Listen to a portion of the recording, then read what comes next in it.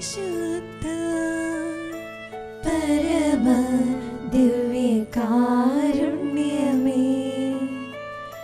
എന്നേരവും ആരാധനയും സ്തുതിയും പുകഴ്ചയും ഉണ്ടായിരിക്കട്ടെ. പരിശുദ്ധ പരമ ദിവ്യകാരുണ്യമേ, എന്നേരവും ആരാധനയും സ്തുതിയും പുകഴ്ചയും ഉണ്ടായിരിക്കട്ടെ.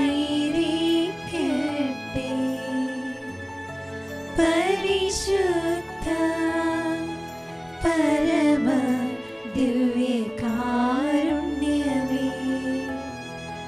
എന്നേരവും ആരാധനയും സ്തുതിയും പുകഴ്ചയും ഉണ്ടായിരിക്കട്ടെ.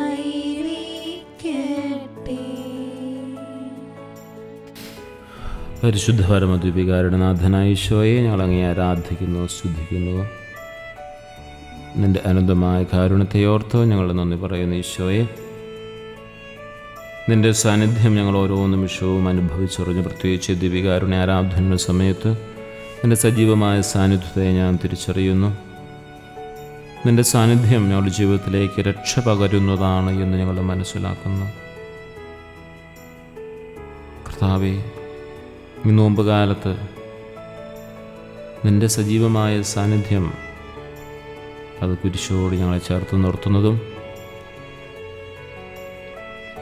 അങ്ങനെ രക്ഷയിലേക്ക് ഞങ്ങളെ ചേർത്ത് നിർത്തുന്നതുമാണെന്ന് ഞങ്ങൾ അറിയുന്നു. ഈശോയെ,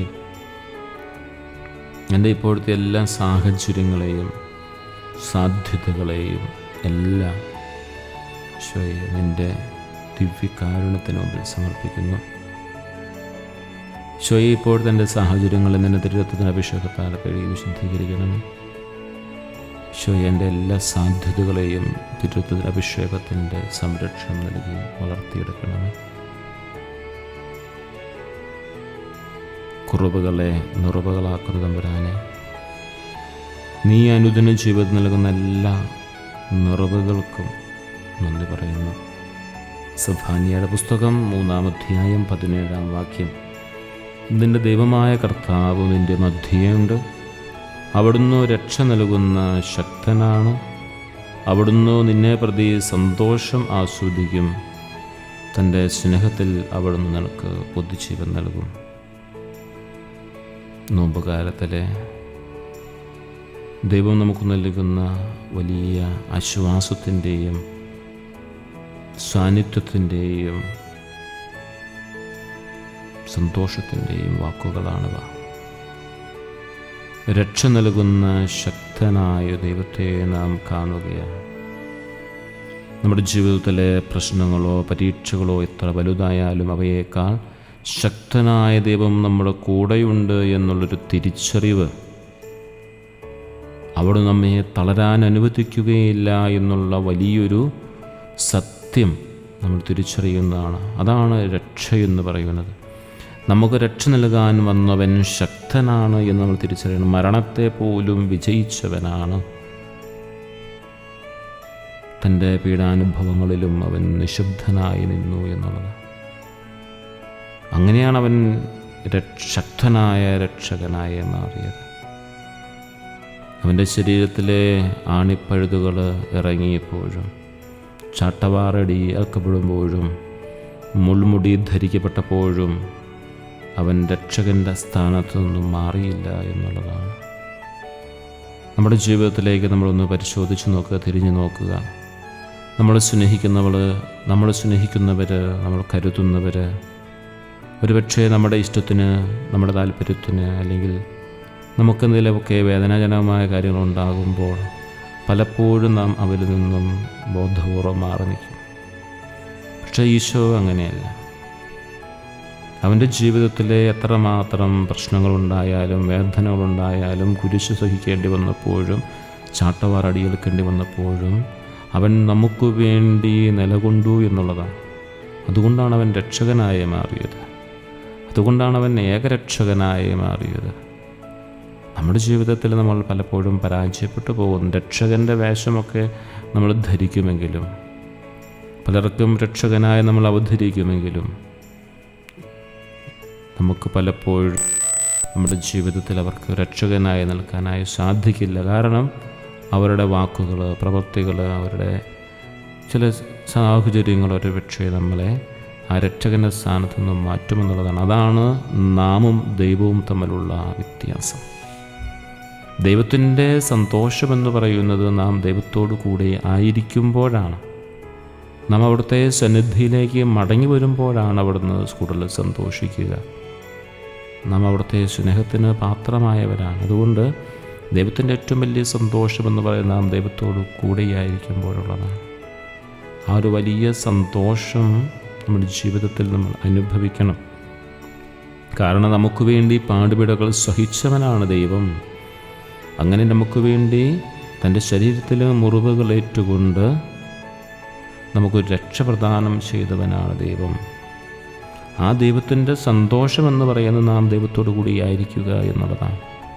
നമ്മുടെ കുറവുകളോ, നമ്മുടെ പണമോ, നിറമോ, സമ്പത്തോ, നമ്മുടെ വാക്ചാതുര്യമോ, നമ്മുടെ സൗന്ദര്യമോ ഒന്നും നോക്കിയിട്ടല്ല. തമ്പുരാൻ നമ്മളെ നോക്കുന്നത് തമ്പുരാൻ്റെ കൂടെ ആയിരിക്കുന്നവരാണോ എന്നുള്ളതാണ്.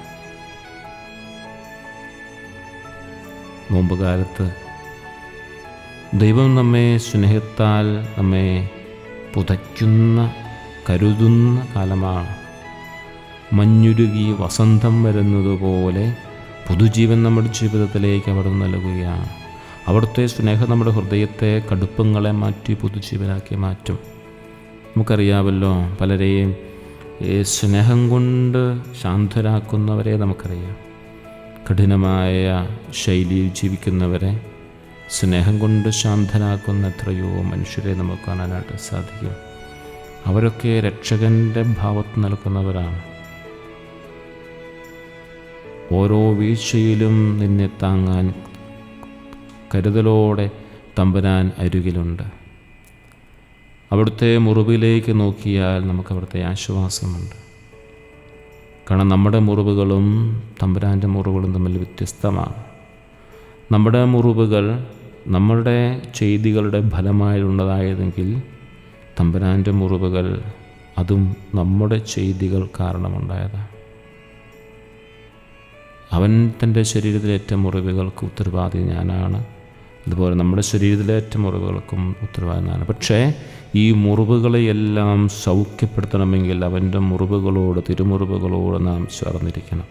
അതുകൊണ്ട് നാം കർത്താവിൻ്റെ കരങ്ങളിൽ സുരക്ഷിതരാണ്. നമ്മുടെ ഭാവി അവിടുത്തെ കരങ്ങളിൽ സുരക്ഷിതമാണ് എന്ന് നാം എപ്പോഴും ഓർക്കുകയും ചിന്തിക്കുകയും ധ്യാനിക്കുകയും ചെയ്യണം.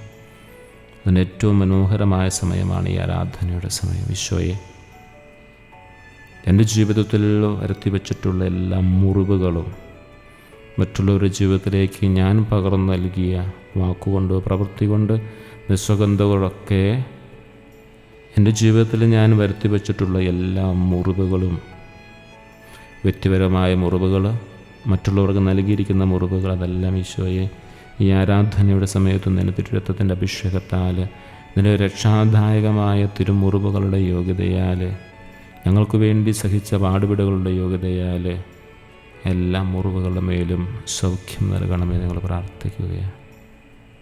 ഞാൻ മുറിവേൽപ്പിച്ചവരെ പ്രത്യേകമായി കരുതുകയും അവരുടെ രക്ഷകനായി അവരുടെ മുറിവുകളുടെ മേൽ ഈശോയെ നിൻ്റെ സ്നേഹത്തിൻ്റെ, കാരുണ്യത്തിൻ്റെ തൈലത്താൽ അവരെ വെച്ചുകെട്ടി സൗഖ്യപ്പെടുത്തുകയും ചെയ്യണമേ.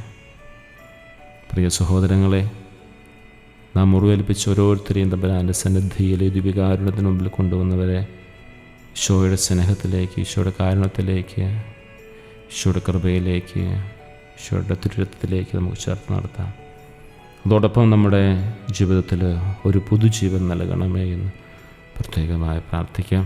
ഈശോയുടെ വലിയ സ്നേഹം നമ്മിൽ നിറയട്ടെ, ഈശോയുടെ കാരുണ്യം നമ്മിൽ നിറയട്ടെ. നമുക്ക് വേണ്ടി പാടുപെടി സഹിച്ച് രക്ഷകനായ ഏകരക്ഷകനായ ക്രിസ്തുവിൽ നമുക്ക് അഭിമാനിക്കാം. അവിടുത്തെ സദാസമയവും നമുക്ക് ആശ്രയിക്കുകയും ചെയ്യാം. ഇനിയുള്ള നിമിഷങ്ങളിൽ നമ്മുടെ നിയോഗങ്ങളൊക്കെ നമുക്ക് തമ്പുരാൻ്റെ സന്നിധിയിൽ സമർപ്പിക്കാം. തമ്പുരാൻ്റെ കാരുണ്യം നമ്മുടെ മേൽ സമൃദ്ധമായി ചൊരിയട്ടെ.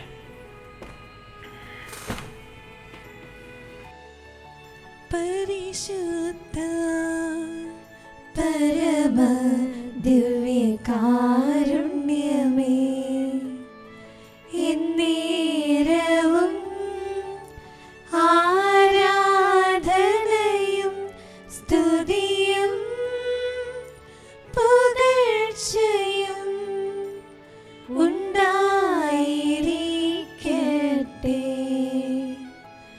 പരിശുദ്ധ പരമ ദിവ്യകാരുണ്യമേ, എന്നേരവും ആരാധനയും സ്തുതിയും പുകഴ്ചയും ഉണ്ടായിരിക്കട്ടെ.